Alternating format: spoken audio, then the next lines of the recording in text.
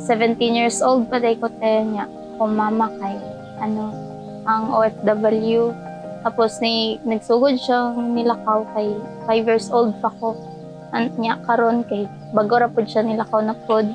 Nag Saudi sa katuig ug tunga dito 15 years old, grade 9. Ang abroad sa among akay si mama. Magpupat. Okay raman siya mo. Uli na pud siya karong June. Ako mama kay OFW na siya sa Jordan karon. 11 months na siya dito pero 3 years na siya as OFW. Domestic worker sa Jordan.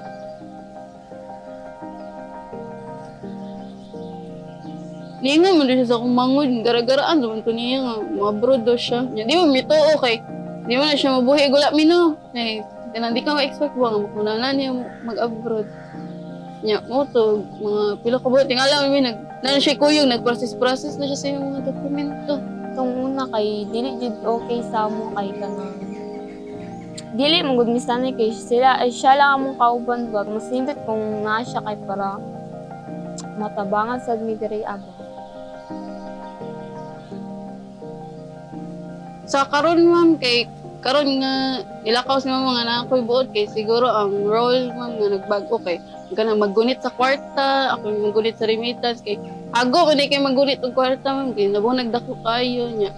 Lisod siya i-budget ba ako pod mas stress pod ko magsig pangitala saan man ako na yun saan man ako ning pag-abot sa kanang sa 16 kay 16 man yun na si mama magpadala niya say malate pa man na. Mao na siguro ang change ma'am sa nga akong nabatian. Katong sauna mong kay kamrag kung ginaw-naw na lang ba dula pero katong nag-abroad si mama kay kanang dagan na kay trabaho sa balay kay kami na lang mo nabilin. Kami nagahimo ga tabangay lang dito. Pero kay kan magbagol-bul good ko pero tumanon gyapon ako. Yan magtabang-tabang diri ang mga blinkis sa adali bago matutskwilahan. Nagsamam kay dugay man pud kumuli kay di pa ko dito dirig balay gikan eskwelahan. Dito balay sa barkada. Dito may magtambay. Nya, muli ra pud na nagkaon. Pag diretso ko balay ma'am kay mga 5 na nako diri pero pag kanang nako sa barkada kay mga 10 kanang sa magtampog alas 12. Manangid man sa text na nilakaw ko. Kay di man pud mi diri ma'am kanang magkita ba kanang lakaw siya niya. Lakaw pud ko mag-abot. Pero may nga po ka mama nga, madugay ko puli. Nako diri, asa ko. Dito ma'am kay mag-deal pa ka sa mga diri sa buhaton sa balay, kanang pag-uli nimo kay na-feel din ako ang na-feel nila tita sa una sa uwa kay mga gahi mo kay may gulo. Kanang para sa mua kay murag kami-kami lang sa balay ba kanang wala jud mi kauban tagagabi igod mga dagko kay kanang mga magudok ng ma'am like ma-pressure pud ko nagsamamba. Kay kailangan mo nga tasan mo grado mamba para mabawi ko ang kapoy ni mama. Wala po di ako ipapa mama. Dili the system ko. Na siya pamilya. Like po ka nang masuyap ko sa uban. Mamba, na itong pamilya. Nana. Subay sa mga engagement, direct engagement ni Mindanao Migrant Center sa atong mga anak FW, daghan kaayog mga sitwasyon nga nakita nato nga dapat pod nga masabtan o mahatagan og igong pagtagad. Si anak FW mag-ingon nga frustrated sila kung di sila kasabot nganong si mama o si papa ni gawa sinaso. Ug kaparte ni ini nga mga sitwasyon, makita nato ang daghan-daghan ubay-ubay gyud nga mga kahimtang sa atong mga anak FW. Particular nga gitan-aw nato nga nagtaas ang ihap nga kaning mo nato nga mga teenage o minors living alone. But pasabot nga sa batang edad, si mama wala na sa ilahang panimalay tungod kay narabaw sa gawas. Usa in worst situation, both si mama o si papa nagawas para mandrabaho.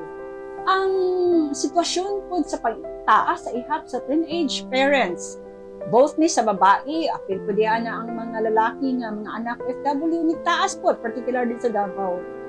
Kung daghan pa kay nga mga issues gani makita nato no nga kining mga issues sa sexual abuse, particularly incest o rape baka ha o gang rape to that point no nga mga madugog nato sa mga balita, daghan ang ihap ni anak tungod kay ilang mama o papa wala sa inyong tulungan. So sila nga mga bata, sila na lang ang nagkayod para makasurvive sa inadlaw-adlaw nga hagit no sa kinabuhi. Ang ato ang CSWDO is the social welfare arm of the city government. So, even wala pa ang ato ang OFW Families Welfare and Crisis Center, ang tanang mga concerns sa ato ang family sector and children sector is naka-lodge na jud siya under the City Social Welfare and Development Office. So, since gikan pa sila sa DSWD, and then now na-devolve sila to the LGU. And sa karon naatay bagong opisina nga gitukod pinaagi sa City Ordinance sa ato ang Davao City na mag-create og OFW Families Welfare and Crisis Center. So kani siya nga opisina, ang target nato na beneficiaries are the OFW families na taga Davao City. Sa karon sa ato ang data, since the launch last 2022, nahatay 7 cases of sexual abuse. Sad to say, ang mga perpetrators ani are family members, and actually we have a case na ang perpetrator are brothers. So mga minor pud ni ang duha ka igsuon nga lalaki. We have to rehabilitate the children kasi ang perpetrator are also minors. We also have concerns on this mental health issues sa ato ang mga anak sa OFW. Actually, we already have a case na attempted suicide. So, intentional na jud ang iyang pag-suicide. So, it just so happen na ano na to, na absent pa siya sa iyang family member, na tabangan pa siya. We also have cases of child custody and child support sa mga giabandona. Dapat matutukan nato kasi ilan lang sila sa mga nag-report, pero sure pud ta nga daghan pud sila nga not yet raising their voice or afraid no to na mulapit sa gobyerno to seek help.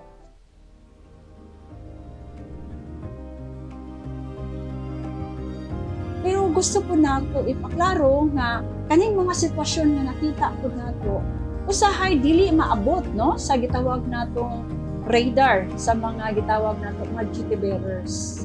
Katong mga ingon nato nga naa sa gobyerno ug naa sa mga ahensya pribado man o naa sa gitawag nato sa panggobyerno, tungod kay wala man tay klarong ihap kung pila man gyud ang mga OFW diri particular sa Davao o particularly sa Mindanao.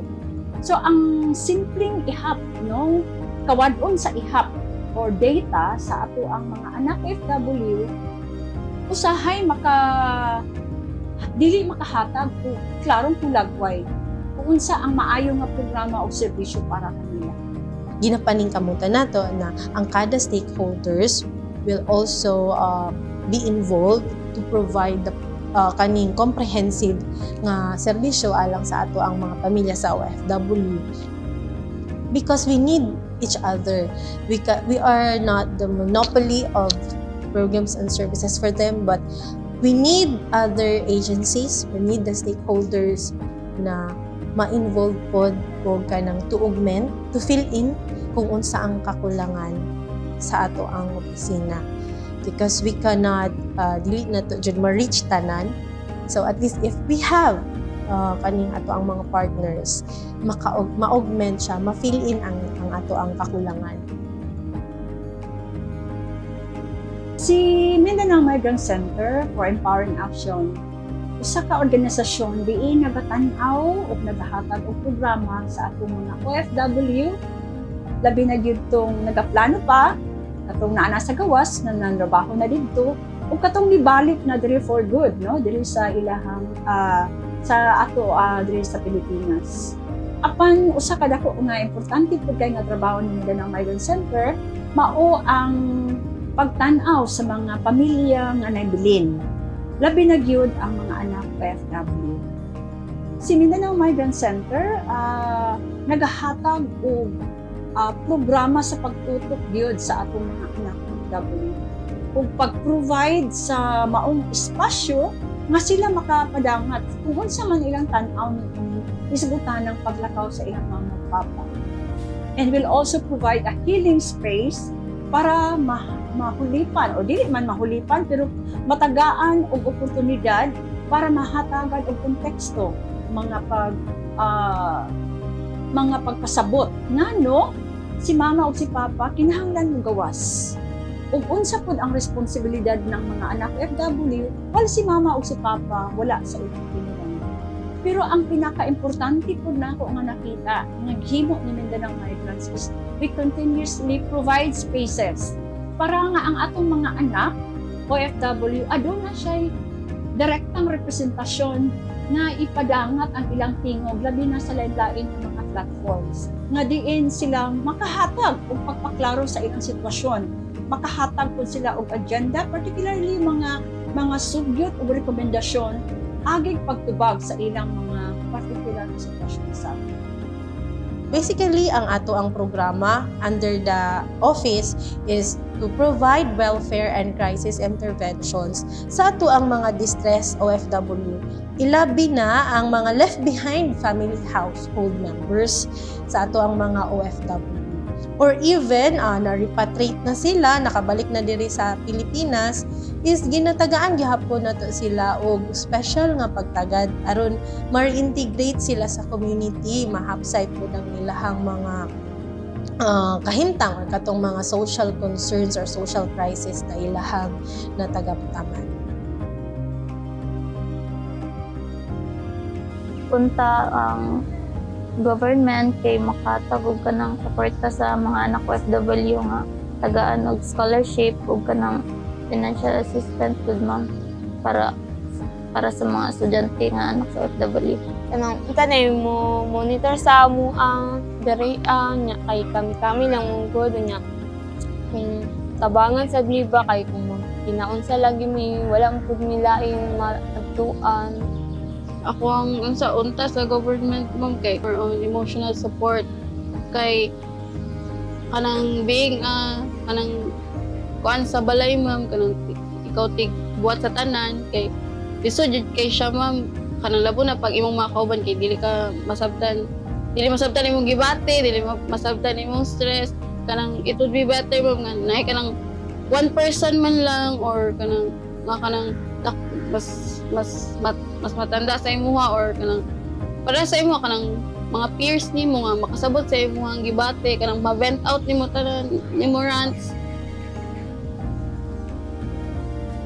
Nang magtiis-tiis lang sa habang wala pa nga gamay antod sa okay lang status sa kinabuhi makauban nila lang pamilya na nasa abroad.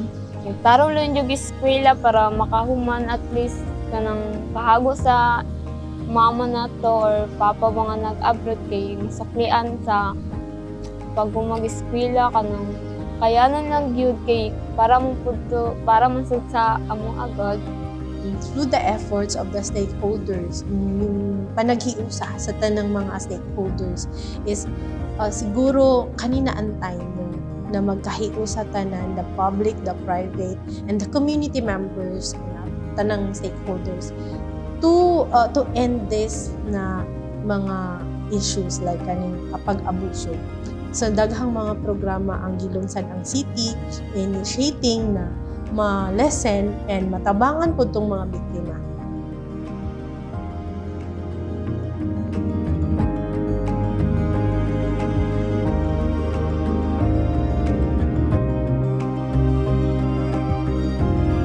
Ako, usa ka anak sa OFW nga nanginahanglan og pag-amuma ug pagpangga. Suporta aron makapadayon sa akong pagpag-eskwela luyo sa kalisod. Panginabuhian para mahatagan og maayong kaugmaon ng akong anak. Nagkalarihan na makilahan, iwan madungog intingog. Tabang pinaagi sa mga kaong nga programa ug serbisyo gikan sa atong panggamanan. Kami mga anak OFW, aon kapatot na mabuhi, Mulambo musalmot ug angay protektahan.